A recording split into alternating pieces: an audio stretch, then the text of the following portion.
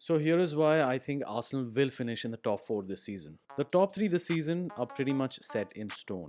Despite Liverpool being 4th at the moment, Manchester City, Chelsea, and Liverpool are going to end up in the top 3. And courtesy of United's wobbly start to the season, the 4th spot is up for grabs. And there are effectively 5 teams vying for that spot. The contenders are Arsenal, United, West Ham, Leicester, and Spurs. Last season, these teams finished 2nd, 5th, 6th, 7th, and 8th. And apart from Manchester United, who finished with 74 points, the other 4 teams were separated by only 4. Since last season, except for Tottenham, they all have the same manager. Arsenal and United have done well to bolster their squad, and Leicester and West Ham have done well to hold on to their star players. But Tottenham, for all their frailty, have brought in one of the top managers in the world, and West Ham are possibly looking to receive a nice winter transfer budget with the recent 27% acquisition by Czech billionaire Daniel Kretninski. So apart from being an Arsenal fan, what makes me say that Arsenal will finish in the top 4?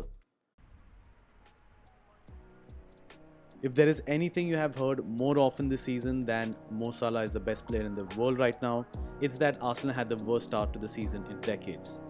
That's not just because Arsenal fans won't shut up about it. Rather, it's the insane recovery Arsenal have shown since then. From the 4th game till the 11th, Arsenal have been the best team in the league, picking up 20 points out of 24. Coincidence? Maybe not. If you have a look at the team which started the first game of the season versus the one which played against Watford, only 3 names are the same. And if you dive deeper, the back 5 and the front 3 have been the same for the last 7 games.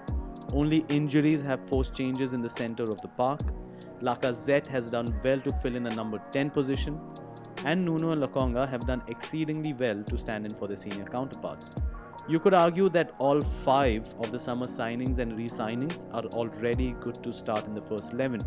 On the other hand, Tottenham are in a bit of shambles. United, despite having the best squad, have not found their balance. Leicester are blowing hot and cold, leaving only West Ham, who in my opinion have been the team of the season, currently better than Arsenal. And the table is a true indicator of that. However, this brings me to my next point.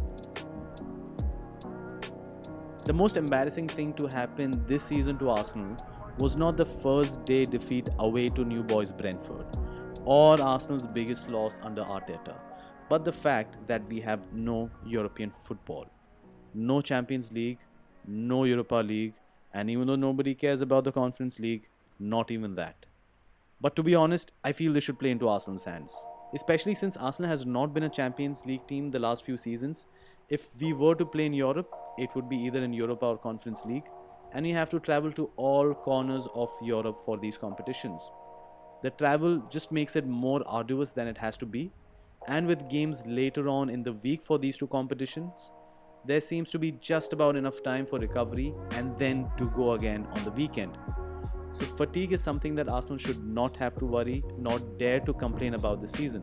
And literally every other team they are up against for the 4th spot is in Europe and is either looking good to qualify or has a fight on their hands, both of which should play into Arsenal's hands.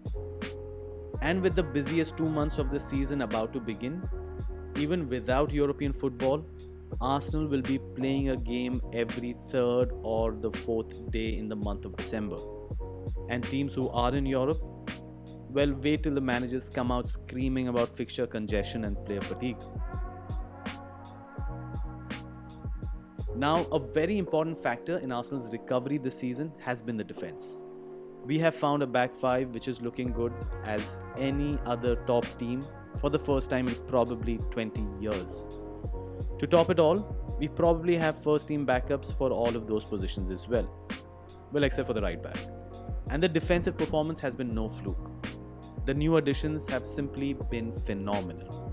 Arsenal got a lot of flack when they signed Ramsdale and White, but they have been beyond sensational, and don't be surprised if you see them starting for England in the World Cup next year. Tomiyasu was a player I literally shook my head at when we signed him, because he reminded me of some of our previous horror shows. But he has impressed as equally, if not more, than the others. Sure, he looks like the player who will have his moments, but the beauty this season about a defense has been that if one falters, there usually is someone else to clean it up. And to top it all, of the back five, three are new boys, and all five are under 25. Now, I must admit that Arteta is clearly not the best manager from the five. He is the least experienced with a very young squad. But you know who is not in the least inexperienced and with a very experienced squad? Manchester United and Ole. With the managerial merry-go-round already in full effect and Conte replacing Nuno Espirito Santo, the last thing we need is for Ole to be replaced. Because to be honest, United have a title challenging squad. They shouldn't be out here fighting with us mere mortals for the top 4. And even though it's early days and from what it seems like, Ole might be around just for a little while longer, I really do not want a manager of the caliber of Erik Ten Hag or Ralph Rangnick or worse yet, Zidane to come in to manage this team. If a senior coach comes, then it's surely lights out for the 4th spot. And lastly, I just honestly feel Arsenal are hungrier than the rest. Notable mention to West Ham once again. But in keeping up with the Europa charge and the heightened expectation of the Premier League, I do see them slipping a couple of places down at least. Arsenal are the only team without Europe, and with no offense to the Conference League, they don't want to finish lower than 6th. Now, I must admit, I probably haven't seen all the games of the other teams this season, but there is a certain ruthlessness to this Arsenal side which has been missing for many years. We got lucky nicking a point against Brighton, but especially against Crystal Palace with Laka's last-minute equaliser. The goal against Watford had an element of controversy, and these things in the past would have gone against Arsenal terribly. There is also a togetherness in the squad which hasn't been seen in a very long time. Gone are the bad apples and the troublemakers. The manager is the youngest, the squad is the youngest, and the owners for once are backing the club financially. Dare I might say, things are looking up for Arsenal. I feel, or at least I hope, this is how the table will look at the end of the season. Arsenal finishing 4th. Hot on their heels will be Manchester United. West Ham will finish a strong 6th. Tottenham probably won't pull a fairy tale under Conte and finish 7th. And Brendan Rodgers will once again have a horrible end to the season and finish 8th this time round.